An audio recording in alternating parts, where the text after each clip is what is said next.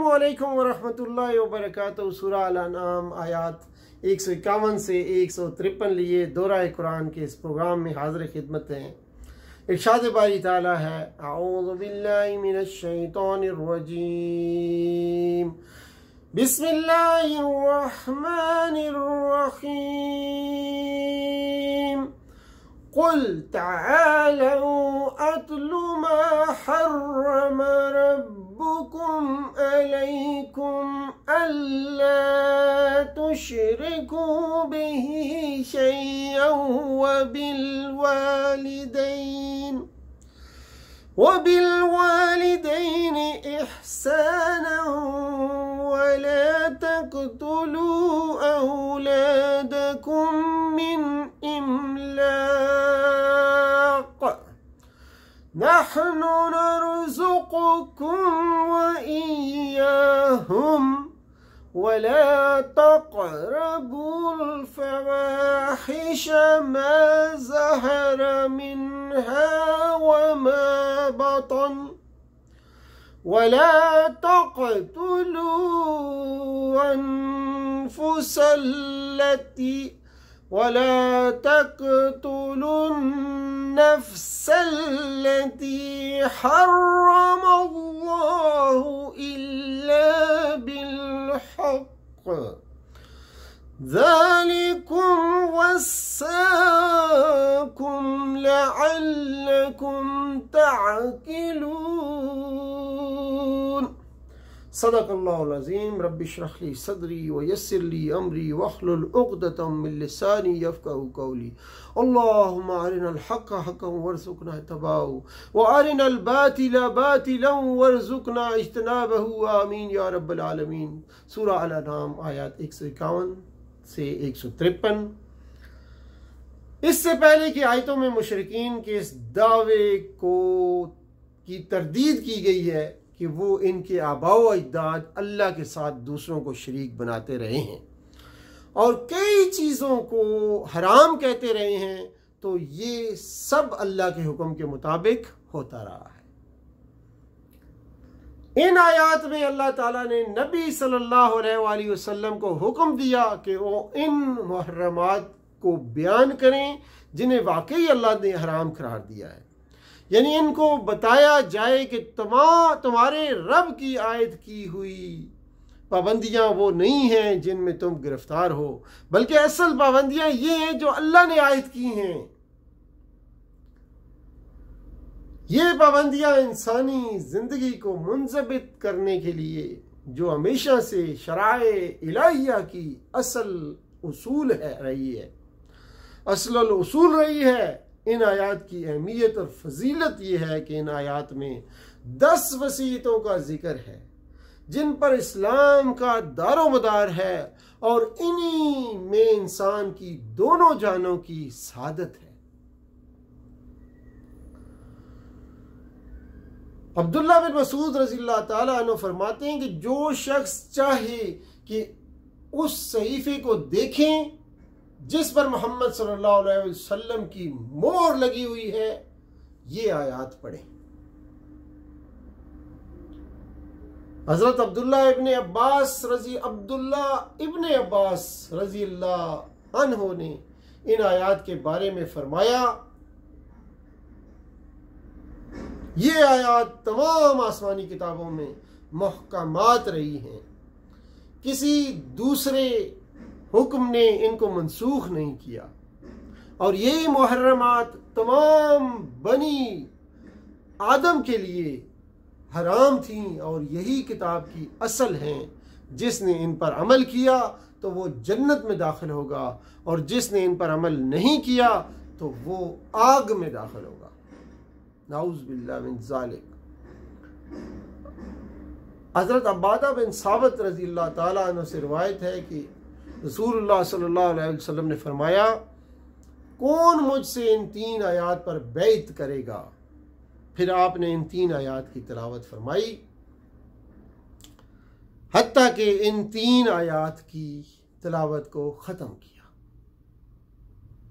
फिर फरमाने लगे, जिसने इन आयात पर पूरा पूरा अमल किया तो उसका अजर अल्लाह के ज़िम्मे है और जिसने इनमें से कोई चीज कम कर दी और अल्लाह ने उसे दुनिया में सजा दी तो बस उसको सजा हो गई, और जिसने मामला आखिरत की तरफ मुअख्खर किया तो उसका मामला अल्लाह के हवाले है। अगरचे ये अगर चाहेगा तो अजाब देगा और चाहेगा तो बख्श देगा।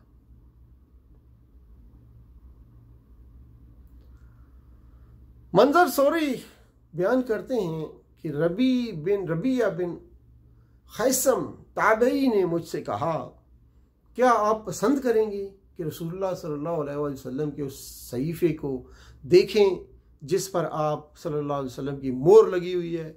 मैंने कहा हाँ। तो रबिया ने सूरह अल-अनाम की इन 3 आयत की तिलावत फरमाई थी। पहली आयत में 5 मुहर्रमात का जिक्र है। अल्लाह के साथ हर किस्म का शिर्क से मना फरमाया गया, यानी अल्लाह की ज़ात और सिफात में किसी को शरीक न ठहराया जाए। फिर वालिदैन के साथ बदसलूकी, यानी वालिदैन के साथ हुस्न सलूक और इंतहाई मेहरबानी से पेश आना। और फिर अपनी औलाद का कत्ल, यानी औलाद को फिक्र और मुफलिसी के खौफ से कत्ल न करो। सब बेहयाई के काम, उसके बाद यानी हर किस्म के अलानिया और खुफिया ख्वाहिश से दूर रहना और बचना। फिर किसी को नाहक कत्ल करना, यानी जुर्मे शरई के बगैर किसी को कत्ल न किया जाए। इसके बाद फरमाया लअल्लकुम ताकिलून, ताकि तुम समझ बूझ से काम ले लो। इस जुमले से इस बात की तंबीह फरमाई कि इन 5 मुहर्रमात से बचना अकल का तकाजा है और इनसे बचने वाला ही अकलमंद कहलाएगा। दूसरी आयत में 4 मुहर्रमात का जिक्र है। यतीम के माल में बेजा तसर्रुफ, फिर नाप तोल में कमी, तीसरा अदल की बात न कहना, और चौथा अल्लाह का वादा पूरा न करना। इसके बाद फरमाया लअल्लकुम तज़क्करून, ताकि तुम नसीहत कबूल करो। इस जुमले में इस बात की तंबीह है कि इन 4 से बचकर ही नसीहत हासिल की जा सकती है। तीसरी आयत में 10वीं हराम चीज़ का जिक्र किया गया है, और वो ये है कि इस्लाम के अलावा दूसरे अदियान, मज़ाहिब और अफकार और नज़रियात की इत्तबा न की जाए। ये मना है कि इस्लाम के अलावा किसी और दीन या मज़हब या दूसरे अफकार और नज़रियात की इत्तबा की जाए। इसके बाद फरमाया लअल्लकुम तत्तकून, ताकि तुम बच जाओ। इस जुमले में इस बात की तंबीह है कि दुनिया और आखिरत की शर्मिंदगी और अजाब से बचने का वाहिद रास्ता मौत तक इस्लाम पर कायम रहना है। फिर सुनिए, इस जुमले में इस बात की तंबीह है कि दुनिया और आखिरत की शर्मिंदगी और अजाब से बचने का वाहिद रास्ता मौत तक इस्लाम पर कायम रहना है।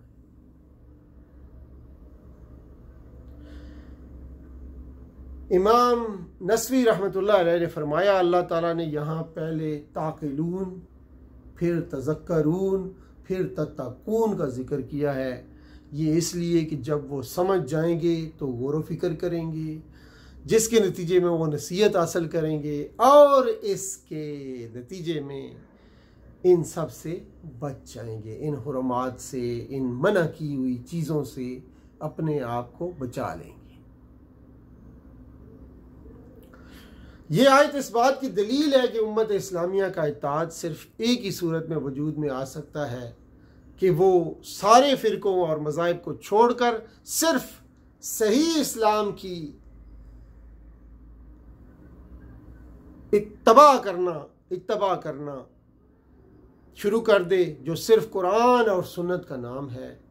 इसके बगैर मुसलमानों का मुत्तहिद होना महाल है, बहुत मुश्किल है।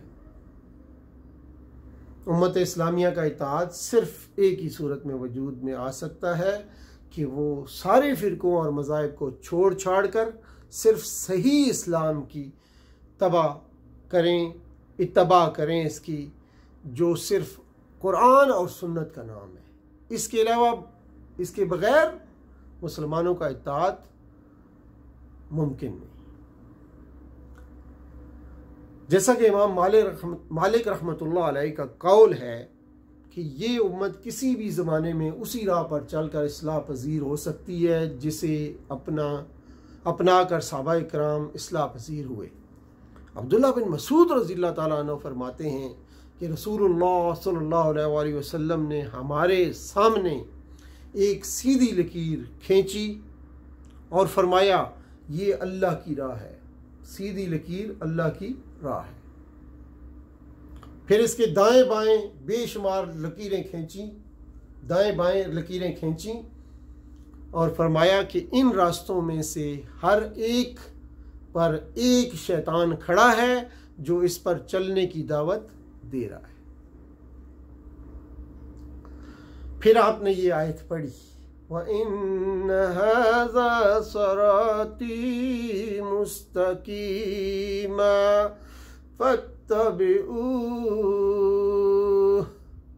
अल्लाह के दीन इस्लाम को अपना दीन न बनाने और कबूल न करने के दो ज़बरदस्त नुकसान हैं, दो बहुत बड़े नुकसान हैं। एक ये कि हर दूसरे रास्ते की पैरवी लाजमन इंसान को उस राह से हटा देती है जो अल्लाह के कुर्ब और उसकी रजा तक पहुंचने की एक ही राह है। दूसरे ये कि इस साफ और सीधी शाराए इस्लाम से हटते ही बेशुमार पगडंडियां सामने आ जाती हैं जिनमें भटक कर पूरी नौ इंसानी परागंदा हो जाती है। तो ये दो चीजें हैं। इन्हीं दोनों नुकसानात को इस फिक्रे में बयान कर दिया गया कि दूसरे रास्तों पर न चलो कि वो तुम्हें इसके रास्ते से हटाकर परागंदा कर देंगे।